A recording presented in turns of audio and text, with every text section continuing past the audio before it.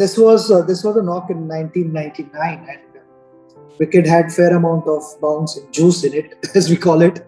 The ball carried quite a bit, and it was a debut match of Brett Lee. Brett Lee bowled quick in that series, and he would actually warm up at like 145, 146, and then go on to bowl 150 plus. The ball was carrying.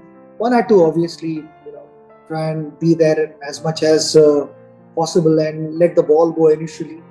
And then once the batter got used to it, then you could pick and choose the length and decide which are the areas to attack and which are the areas where you should let the ball go. I was able to do that. It was a rain-interrupted test match.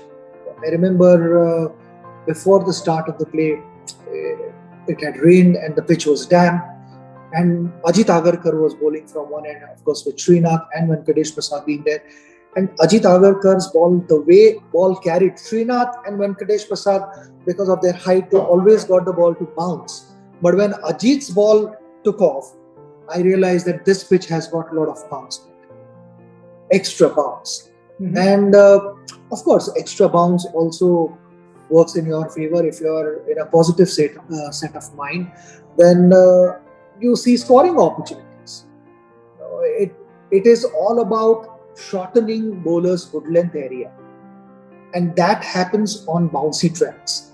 If the bowler falters marginally on shorter side, if a batter is able to get to good positions to attack on back foot, then it becomes a joy to bat on those surfaces.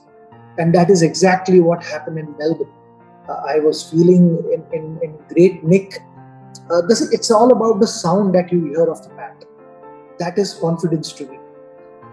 It has that connect. And when you hit the ball, it hits in the middle, and the sound that it makes, when you hear that, you know that this is what I want to do and this is what I would continue doing.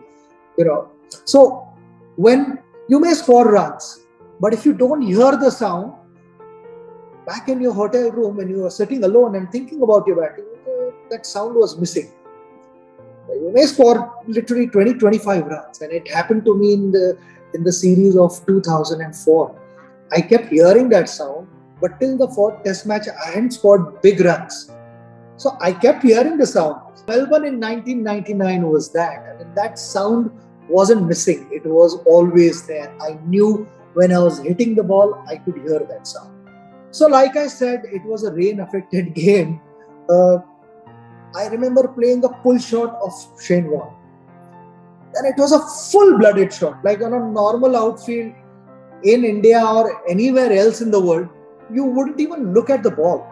Because, it's a sure shot boundary. But here, Ricky Ponting started chasing the ball. And those days, the ball had to actually hit the concrete, as they call it in Australia, the gutter.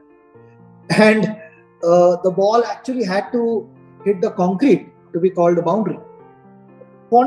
Ponting, before got to the ball had actually stopped because the outfield was so heavy and it was slow. Ball had stopped few inches inside the boundary line.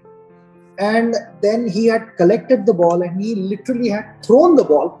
That is when I started my fourth run. And I knew that I was comfortably going to make it because the boundary was so long. Ponting obviously has a very, very strong and accurate arm. But the boundary was so long, I knew, and I've never experienced anything like that. In India, if I had played that shot, I would be, the next thing I would be doing would be to look at the non-striker and say, okay, the next ball might be here and then whatever our strategy. I wouldn't even look in that direction because I know that it's a short boundary. But those are the challenges that you face in certain parts of the world. The conditions change dramatically to what one is used to.